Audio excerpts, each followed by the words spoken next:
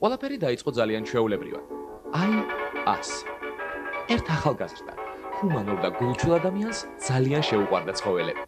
თუმცა მოუყვეთ თავიდან. ჩვენს გმირს ბავშვობიდანვე უჩნდებოდა პროტესტის გზნობა, როდესაც მისი თანატოლები ცხოველებს ჩაკრავდნენ. ეს ჩვევამას მოზრდილ ასაკშიც გაჰყვა. მოკლედ, ჩვენი გმირი ფიზიკურად ვერ იტანდა ცხოველების ჩაკვას. ხო, სულ დაგვავიწყდა გვეთქვა. ჩვენს გმირს რა თქმა უნდა, თვითონაც ყავდა ცხოველი, რომელსაც ძალიან უფრთხილდებოდა და შვილი თუ ულიდა. ცხოველების სიყვარული და დაცვა საკუთარი სახლის საზღვრებსაც ცდებოდა და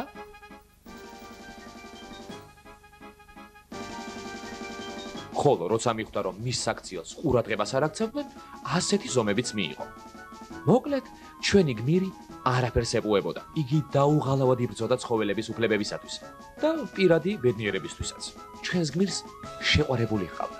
უკაცრავად, ხო, ახალგაზრდა და სიმპათიური ქალი უყვარდა. რომლის გულის მოგებაც ბოლოს და ბოლოს შეძლო და ცოლადაც მოიყვანა. თაფლობისთვის შესანიშნავად გაატარა ჩვენმა ტრიო. მართალია ცოლმა გააპროტესტა ძაღლის გვერდით საქორწინო სარეცელის გაყოფა, მაგრამ იმის მერე რაც ნახა რომ ქმარს რეაქცია არ ჰქონდა, გაჩერდა. ხო, მეუღლე მაშინაც გაჩერდა, როდესაც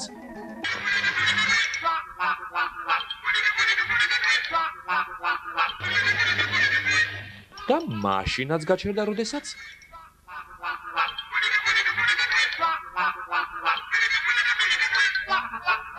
არც მაშინ ამოუღია ხმა როცა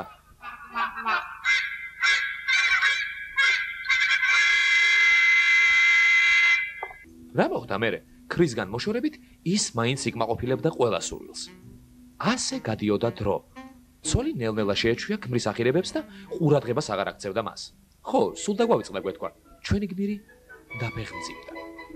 რა ბედნიერება, ბავშვი ხომ რადიკალურად შეცვლიდა მათ ცხოვრებას.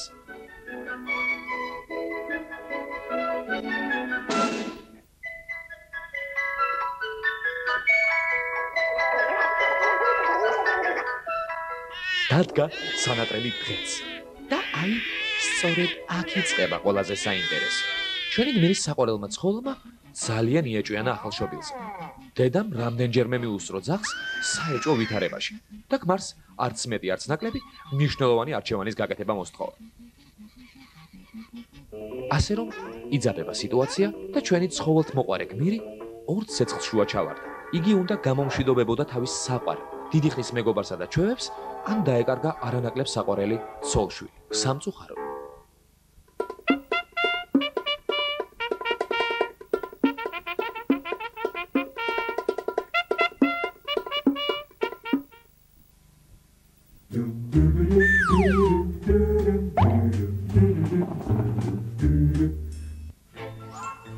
ჯერ კიდევ დიდი ვაჟა-ფშაველა ალაპარაკებდა ცხოველებს ადამიანის ენით. ჯერ კიდევ ის ხდებოდა, რომ ადამიანიც და ცხოველიც ერთ ჰარმონიულ ოჯახში ცხოვრობდა, რომელსაც სახელად დედამიწა ერქვა. მაგრამ მუხტალმა ბედის წერამ ადამიანი და ცხოველი გაამიჩნა. ადამიანის ეშმაკურმა გონებამ ცხოველი დააჯაბნა, გალიაში ჩანწყვდია და სასიკვდილოდაც გაიმეტა. რა არის ეს? ვანდალიზმი თუ ბრძოლა გადარჩენისთვის? ამ და სხვა თემების გასარკვევად ჩვენი ქალაქის მაცხოვრებლებს გავისაუბრეთ, სადაც ჩამოედინება მდინარე მტკვარი. არის ოჯახები მაგათაც სადაც საერთოდ ცხოველებს ვერ გააკარებ, იმიტომ რომ ზულს ბევრს საერთოდ აი ანტიპატიას განიცდის ცხოველების მიმართ. მე როგორც ჰუმანოიდი, ვერაფრის მოკვლას და ვერაფრის წამებას ვერ ვიტან, ასე რომ არანაირად არ ვემხრობი იმ ტენდენციას ძაღლი უნდა მოკლა და ძაღლი უნდა აწამო. ნებისმიერი ცხოველი მაწანწავა თუ არაა მაწანწავა. გალიაში ცხოველი არ უნდა იჯდეს და საერთოდ ყველაფერს თავისუფლება უყვარს და ცხოველიც, ფრინველიც ყველანი თავისუფალი უნდა იყვნენ. ცხოველის ადგილი გალიაშია. არა, არ უნდა იჯდეს, მაგრამ ისე სანახაობისთვის კი. და ისე როგორც შეზღუდი და გალიაში ჩამწყვიო, ესე არა. ბევრი ადამიანის ჩასაჯდომია ისე მაგების გვერდით, მაგრამ რაშია საქმე? რატომ ექცევა ადამიანი დესპოტურად ცხოველს? იცვამს მის ქურგს, უფრო მეტიც, ჭამს ხორცს. იმდენად დაუნდობელები ვართ სერიოზულად, თუნდაც ხორცის ჭამის დროს, თუნდაც ტყავის ჩაცმის დროს. ეს იმდენად არის მიღებული უკან, რომ ტყავის, თქვა ნიანგის ტყავის ხამარი, ფეხსაცმელი, ტყავის ნივთები, ტყავის ჩასაცმელები ითვლება ძალიან პრესტიჟულად და უფრო კარგ ჩასაცმელად. თუ კი კარგი დამუშავებულია, ეს ქურქი, ტყავი, რომ რაღაც ინფექცია შეიძლება არ გადავიდეს რაღაცა, ну არ იცი, სურვილის მიხედვით ალბათ ვისაც გუყარს ბეწვეული ქურქი ჩაიწვევს. ყველაფრის დაცვის ორგანიზაცია უნდა არსებობდეს, მე მგონი. მე თუ მკითხავთ, იცით, ყველაფერი უნდა იყოს დაცული. ცხოველიდან დაწყებული ადამიანით დამთავრებული, რაც სამწუხაროდ არ არსებობს ჩვენთან. უბრალოდ ადამიანები დადიან მაწაწალებივით და მშივრები და მე მგონი ცოტა უხერხულია რომ ძაღლებისთვის შექმნათ რაღაც დავაპუროთ ძაღლები და ადამიანები იგივე მდგომარეობაში იყვნენ. საქართველოში სტატისტიკა რომ არსებობდეს, არ იარსებებდა ხალხის ქუჩაში გამოკითხვის აუცილებლობა. ფიქრი მტკვრის პირას.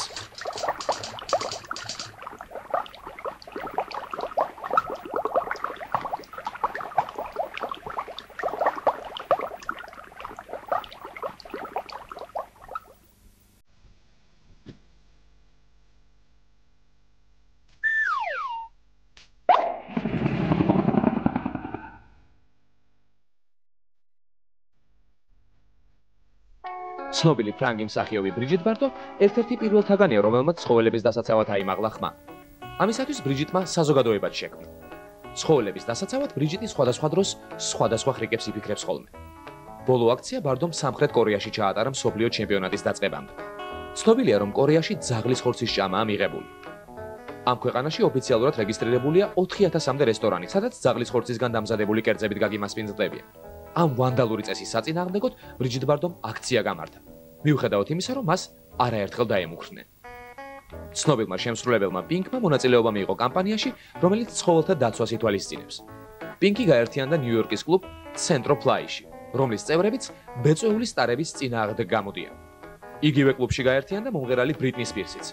სასწრაფოდ გავრცელდა ჭორები, რომ ბრიტნი ცხოველთა დაცვისათვის აბსოლუტურად შიშველი იბრძოლებდა.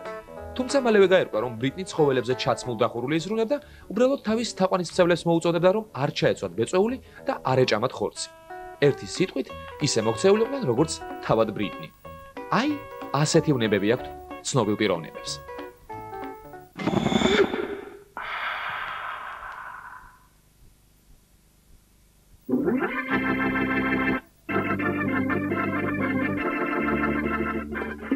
თუ თქვენ იფიქრეთ, რომ ცხოველებსაც სჭირდებათ ომბუდსმენი, ესე იგი გადაცემამ შედეგი გამოიღო. აბა